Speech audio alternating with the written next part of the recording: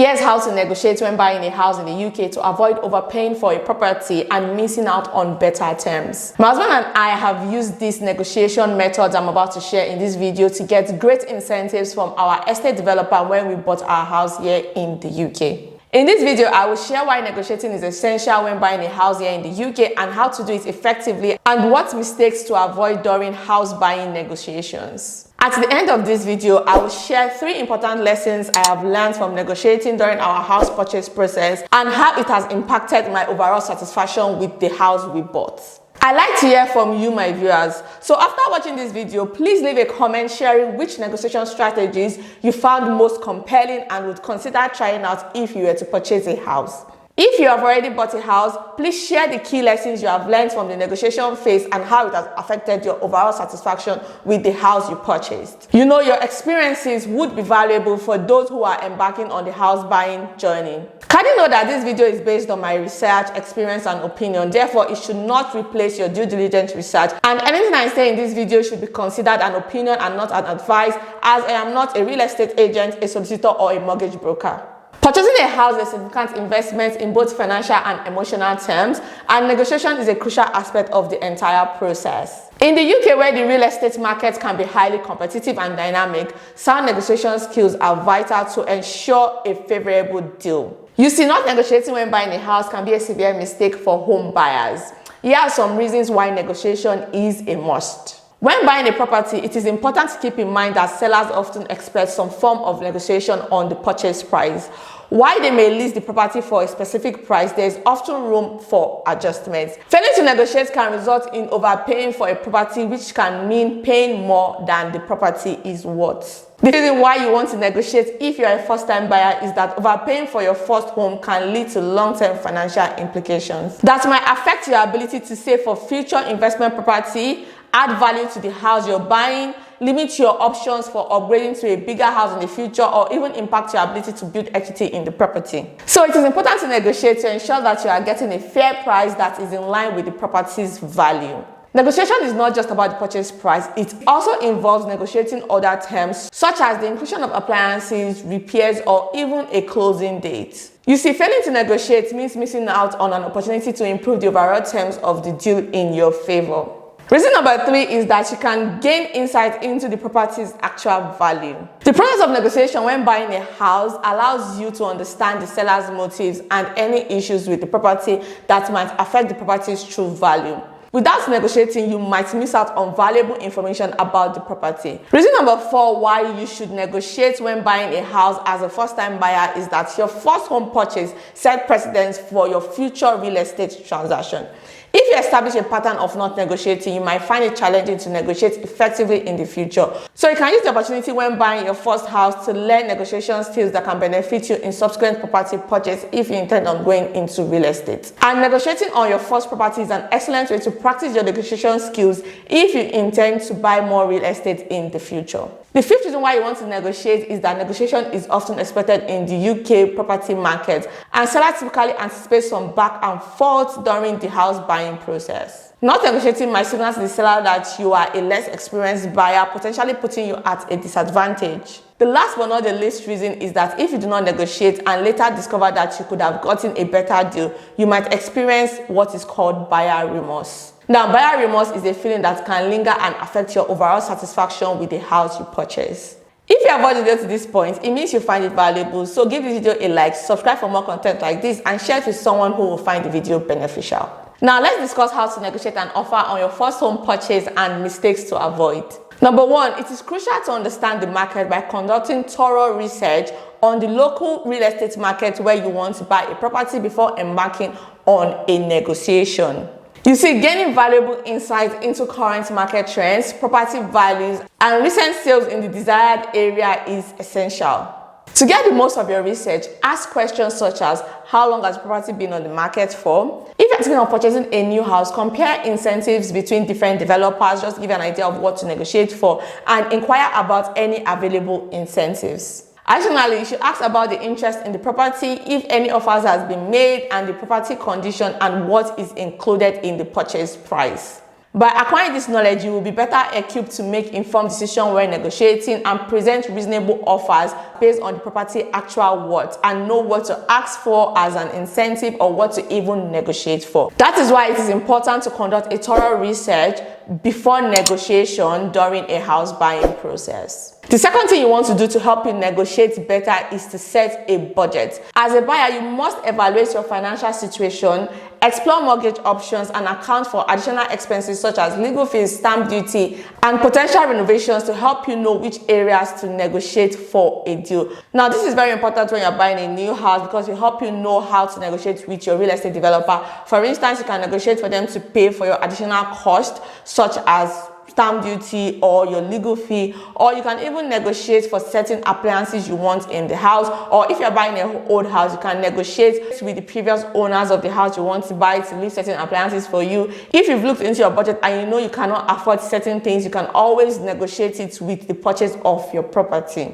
Now, a well-defined budget will help you determine your maximum financial capacity, strengthening your negotiation position, and enable you to know when to walk away or accept an offer. For instance, if you're trying to push for something because you know is above your financial capacity and you don't get that when negotiating during your house buying process, you will know that, okay, it's time for me to back out because I will not be able to afford this. You see, if you do not establish a realistic budget before negotiating during a house buying process, you might commit to a purchase price beyond your financial means, making it difficult for you to meet up with payments when you eventually purchase the house or other expenses associated with owning the house.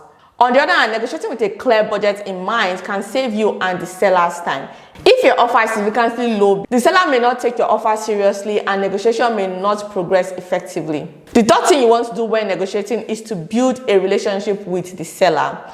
Now, developing a positive, professional, and respectful relationship with the seller can significantly improve the negotiation process. Effective communication is vital, and showing authentic interest in the property is essential. Also, it is crucial to be respectful, courteous, and professional to cultivate a collaborative atmosphere, hereby increasing the chances of finding a common ground between you and the seller when you are negotiating during the house buying process. The fourth thing is knowing when to compromise. Now, negotiations often involve give and take. You must identify your priorities and be prepared to compromise on less critical aspects. This flexibility can create a more amicable negotiation environment between you and the seller and increase the likelihood of reaching an agreement that satisfies both you, the buyer, and the seller.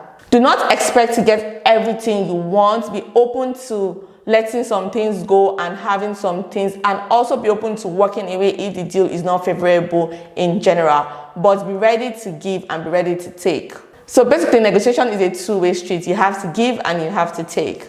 The fifth thing you want to do when negotiating is to be patient and strategic. And patience is a virtue you need in the real estate market. You should avoid rushing into decisions and be strategic with your approach. One thing you want to do is to sleep over any piece of information you get before making a decision during your house buying process or when you're negotiating when you're buying a house.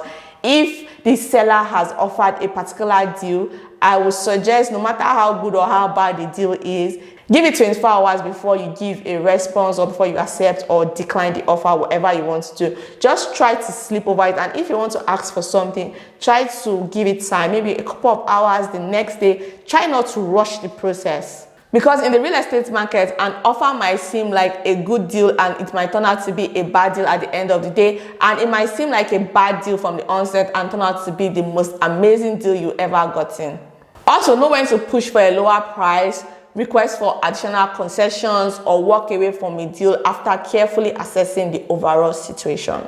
The sixth thing you want to do is get professional guidance. Now, there is no shame in asking for help, so engaging the services of a qualified real estate agent or a solicitor can be invaluable during the negotiation process. You see, experienced professionals understand the intricacies of the market, possess strong negotiation skills, and can provide expert advice. You know, their guidance can significantly enhance your ability to secure a favorable deal. The last but not the least thing you want to do when negotiating is to make a strong initial offer. Now, the first offer sets the tone for negotiation. Why you want to start your negotiations when you're buying a house with a figure slightly below the purchase price or your budget is customary. The offer should still be reasonable to demonstrate genuine interest in the property. You don't want to go to the negotiation table offering £50,000 for a property that is worth £1 million. So that is why a well-supported initial offer signals to the seller that you are serious and ready to engage in meaningful negotiations. Now, let me share the most important lesson I've learned from negotiating during our house purchase and how it has impacted my overall satisfaction with the house we purchased. In the interest of time, as I do not want this video to be too long, I would only share 3 key lessons I've learned from negotiating during our house buying process. Lesson number 1 is never to be shy about negotiating or asking for concessions. As the famous saying goes, a closed mouth is a closed destiny. Now, simply asking for incentives from our developer was all it took to get them. You see, I kept telling myself that it wasn't the end of the world if they refused. In short, during our house buying process, we had a developer in which we negotiated some things for, and then they said they would give us those things, but then they had some conditions, and those conditions were not favorable after we slept over it and thought about it and spoke to people about it, and then we decided to walk away from that deal, even though that was a desired location, but the deal was not just favorable. So yeah, it's not the end of the world. The worst they can say is no, and the best they can say is yes and give you the offers. So why not just ask? If you don't ask, you will never know the answer. I think what I just said just how I behave generally. Like, I always tell myself, it's better to know than not to know. Ignorance is definitely not bliss, I tell you. The second lesson is to document all agreements and concessions in writing to ensure transparency and accountability throughout the house buying process. Keeping a paper trail is always a good idea when dealing with high-stake transactions like buying a house. Now, one thing I'd like to share with you during our house buying process under this point is about our Nest thermostat. So when we wanted to buy the house we live in right now from our developer, we negotiated that we wanted a Nest thermostat. My husband likes the Nest thermostat and wanted it for free. We didn't want to pay for it. It was about 1,200 or so in the upgrade brochure. The developer could do it for us, but for a fee. So it's like an upgrade. It doesn't come with the house, but regular thermostat comes with it. But we wanted the Nest one. Anyway, my husband wanted the Nest one because I'm not particular about that. So when we came to visit the property, very close to completion, we saw that they did not install the Nest thermostat. So we had to message them and say, oh, you guys did not install the Nest thermostat. And it was a new person that was in the sales office, so that person did not know about it. So we had to like bring out the emails we sent requesting for it, and the emails they sent to us saying they would give us. So that email was like the evidence we used to get them to come back and remove the thermostat they did and fix the Nest thermostat, even though we didn't like the way they fixed it because it was afterthought. But anyway, we still have the Nest thermostat, and that was that for that.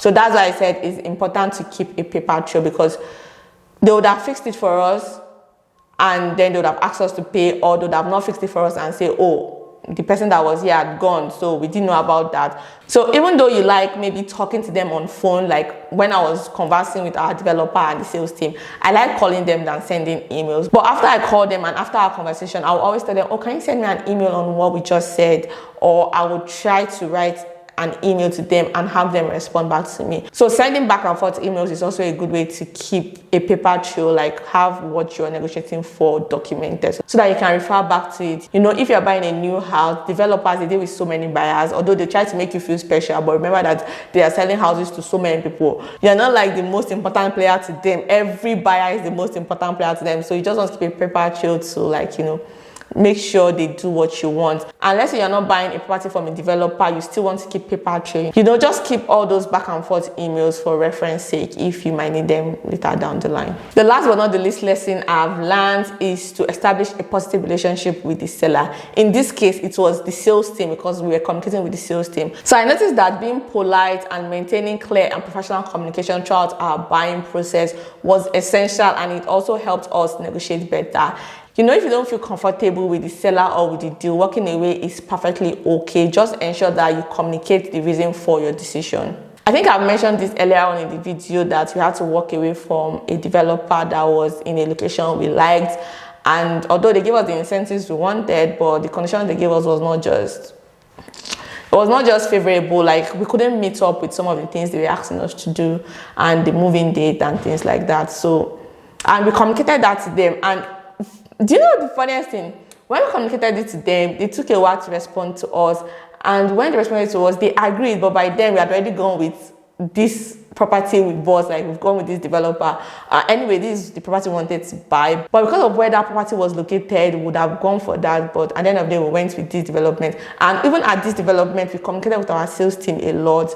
There was a time we wanted to walk away from the deal, and when we told them why we wanted to walk away from purchasing this property, they were happy to give us what we wanted. And even after they gave us what we wanted, something else came up. They still gave us that, and that thing came up. They still gave us that. They still adjusted some things to, just make it work for us. So honestly, just communicate, just have that rapport with them. Although it is a transaction, you want to just build some sort of familiarity and relationship with them. I remember there was this particular salesperson, anytime we called, I even had a nickname for him. Like me and my husband, I would say, I'm calling this person, I'll use that nickname. It was such a sweet person. When we came one time to see our property, when they were still breeding age, we brought our toddler, and toddlers are not allowed on the development site. And they were very happy to babysit our toddler for us for almost 1 hour when we were gone to see this property on site, when they were still breeding, when it was just bricks and all those things were not there. They were so nice, so we could communicate with them. When we were buying our house, there was one thing we like to do. We like to see this house, like any small thing, we'll ask them, can we come and see the house? Can we come and see the house? Can we come and see the house? And they'll say yes. If we could see it, they'll tell us. If we could not see it, they'll tell us. So just communicate with them, really. Now let's talk about how negotiating has positively affected my overall satisfaction with the house we bought. Personally, I do not have buyer's remorse or feel cheated. When my husband and I bought our new build house, we negotiated with our developer. As a result, our developer was generous enough to install a Nest thermostat for us for free, like I mentioned earlier. They gave us a 5% deposit contribution and upgraded kitchen with appliances for free. And these incentives actually helped shorten the time we had to save for a deposit and the hidden cost of buying a house here in the UK from 2.5 years to 2 years. So when we had saved for 2 years, we actually came to the development and told them what we had and everything. And you're like, okay, let's see what we can do for you. Let's work some numbers. And we didn't have to save for another 6 months. Imagine if you had saved for another 6 months and had like the full money we needed to buy the house and the hidden cost of buying the house, would have not seen the need to negotiate. So maybe when you want to buy your house, don't have the full money. Maybe when you are like 80% done with your saving, just go and see what developers can do for you, or what anyone who is selling a house can do for you to maybe push you to negotiate. If you don't have it, you have to negotiate, because you don't have it, and you can always walk away because you're going to still save the money completely. But it's also harmless to take what you have saved to the real estate market and see what you can get for that price. And if what you have saved, the money you have saved, is not enough to get you anything, you can still go back to saving more. And after you've saved enough, you can go back to the real estate market and see what that can get you. More so, our developers' 5% contribution helped us access better mortgage rates, as we had to put down a higher deposit because we were buying our house on a visa. We are foreign nationals living in the UK on a visa. Honestly, the incentive our developer gave us has dramatically enhanced my overall experience with the house we purchased for good. When we moved to our house, we had all our appliances in the kitchen, so we didn't have to start buying maybe a washing machine, and our appliances were like upgraded. Although some of the things came with the house, but the appliances we got were upgraded and we got the washing machine. Now, if you are curious to see the kind of house we bought, I will leave the link to the video of our empty house tour of the property we live in to this video for those who are interested in watching it. To sum up this video, as a first-time buyer, it's essential to educate yourself on the art of negotiations so you can confidently navigate the real estate market. Also, setting a realistic budget and building a positive rapport with the seller is a great way to start negotiations. When it comes time to negotiate and buy a property, remember that compromise is vital to securing a property at a fair price. Likewise, if you need clarification on the negotiation process, feel free to seek the guidance of a real estate agent or a solicitor who can offer valuable insights. Always remember that negotiation is a standard part of the house buying process, and being proactive can lead to a more favorable outcome. That brings us to the end of the video. Please leave a comment letting me know what other topics related to home ownership you would like me to cover in the future. Bye for now, and thanks for watching.